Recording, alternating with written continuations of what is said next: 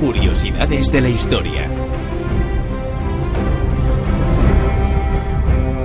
¿Cómo no? Con Ignacio Monzón. Muy buenas. Muy buenas, Bruno. Que aquí has venido rodeado de tu guardia pretoriana, ¿no? Sí, señor, como debería hacer siempre.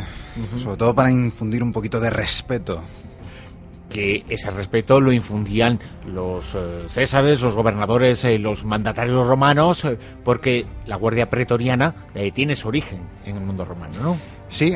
Por lo menos el término siempre ha existido, ¿no? Luego lo hemos utilizado como metáfora, pero el origen real e histórico está ahí, en esa época, ¿no? Concretamente en época de Augusto, que fue el que creó un sistema político tan importante, con unos cargos tan grandes, que es lo que se conoce de mala manera como emperador, que necesita una protección física, porque evidentemente cuando una persona es importante se gana muchas amistades, pero no todas esas amistades son sinceras. También uno se gana muchas envidias. Era una guardia militar, pero una guardia sobre todo política. Sí. También le pasó al rey de los persas cuando se rodeó de sus 10.000 inmortales. Es que tenían que ser unos soldados especialmente fieles que te salvaran no solo de los peligros exteriores, sino también de tu propia corte. Pero ahora lo que nos vamos es al otro lado del mundo romano, ¿no? Y es de lo que vamos a hablar. Vamos a hablar ya no de la Roma occidental, sino de la Roma oriental, cuando ya se produce la división, cuando hay los dos reinos y los dos imperios. Porque en Bizancio es cuando surge el asunto del que vamos a hablar ahora. Es la Guardia Varega, que era la Guardia Pretoriana, pero diferente a todas las que había existido hasta entonces. Sí, los emperadores de Bizancio ya habían tenido también sus diferentes guardias personales, guardias evidentemente con un estatus muy alto, porque al rodear físicamente al emperador, pues tenían una gran responsabilidad, pero también permitían el acceso a determinadas personas. Si tú querías rogar al emperador, pues evidentemente te tenías que hacer la pelota, materialmente hablando, es decir, con unos buenos sobornos, a los oficiales de turno. Lo que hace especial la Guardia Varega es que no es bizantina. Y que, aunque todo se hereda del mundo romano, esto ya es mucho más allá del mundo romano, mucho después, ¿no? Bueno, relativamente, lo de mucho, vamos. Sí, porque estos varegos eran básicamente, lo voy a generalizar, vikingos. Pero es cierto que los romanos también utilizaban gentes exóticas como guardias. Los mismos emperadores romanos, aunque tenían su guardia pretoriana, a veces necesitaban una segunda fuerza que pudiese protegerles de su guardia pretoriana, porque los pretorianos protegían y a la vez deponían y ponían emperadores. Ahí tenemos el caso de Claudio. Entonces, uno puede pensar en ese dicho popular, ¿no? Protégeme de mis amigos, que de mis enemigos ya me encargo yo. Exacto, eso que decían... O al revés, ¿no? Eso que decían los romanos. ¿Quién vigila a los vigilantes? Exacto. Eso es una máxima romana. No sé si es de Juvenal. Que dura hasta hoy. Que dura hasta hoy, sí señor. Porque claro, cuando tú le das a un señor una espada, te estás fiando de él. Te estás fiando de su palabra. La palabra obliga en función de la fe que tenga esa persona en ella, en su propia palabra o en ese juramento dado. Nerón y Calígula tenían guardia germana. Es decir, tenían sus diferentes fuerzas para equilibrarlas. También es verdad que en el mundo romano y en el mundo bizantino se apreciaba bastante ese carácter, estoy generalizando mucho también, de los germanos y de los nórdicos en cuanto a la palabra dada, al honor, al juramento hecho para proteger una vida. Y eso es un poco lo que, de manera, como digo, muy general, caracterizó a la Guardia Varega.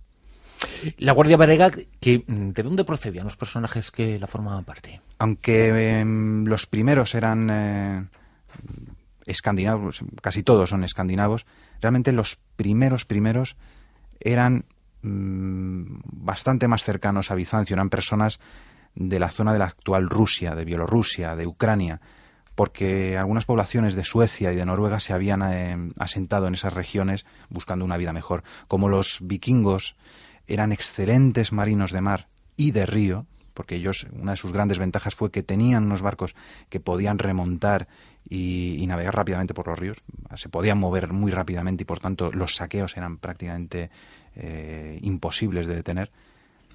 Se les vio como unos seres con unas grandes capacidades bélicas, porque eran también el tópico, ¿no? El de seres muy grandes, muy fieros y combatían de una manera pues exótica, rara, una manera con la que los propios enemigos de Bizancio y los mismos bizantinos pues no acaban de estar acostumbrados, con lo cual eso también le daba un carácter novedoso. Etimológicamente la palabra significa algo así como confidentes, ¿no? Sí, o fieles, el término bar o los barar. Probablemente por eso, porque se presuponía que ellos evidentemente eran mercenarios, cobraban para proteger al emperador, pero tenían, no sé, una vinculación especial con el líder, como pasaba de hecho en el mundo germánico y el mundo escandinavo. El gran señor te da unas tierras, te da unas armas, te da un dinero, puedes sobrevivir, pero a cambio te pide una fidelidad. Ese carácter prusiano que algunos han querido ver.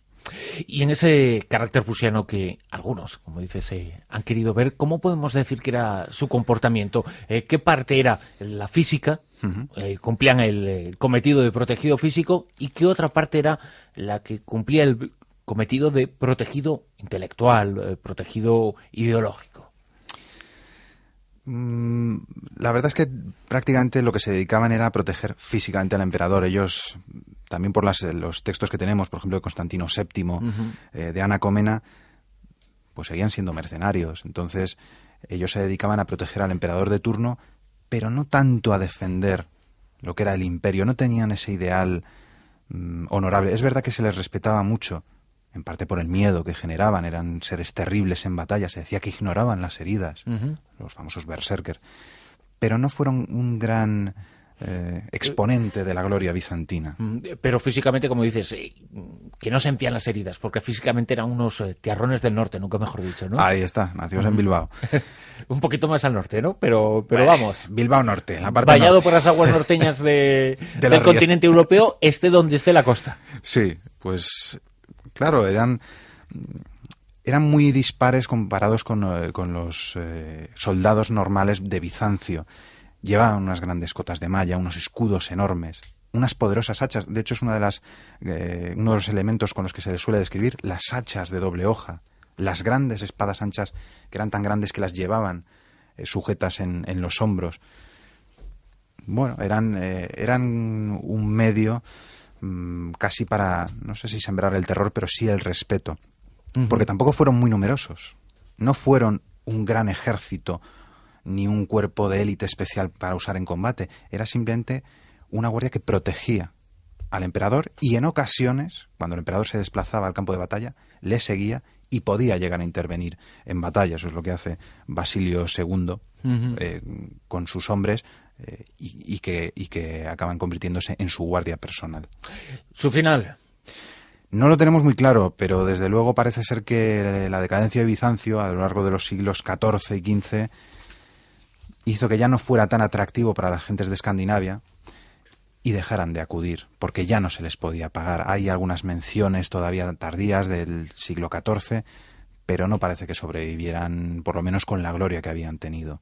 No olvidemos que el gran líder de esta guardia varega, el Acólitos, tenía derecho a caminar detrás del emperador. Había toda una especie de escala. El que caminaba en segunda posición, el tercera. En un principio era el primero, pero las menciones más tardías hablan de que ya estaba, digamos, al final de la cola. Ya no tenía esa importancia, esa relevancia. Ignacio Monzón, como siempre, un placer descubrir en esta ocasión algo que tuvo que ver con el imperio bizantino, con los imperios orientales y con la guardia pretoriana transformada en guardia varega en esta ocasión. Rubios, pero cumpliendo la misma función. Chao. Muchas gracias, Bruno.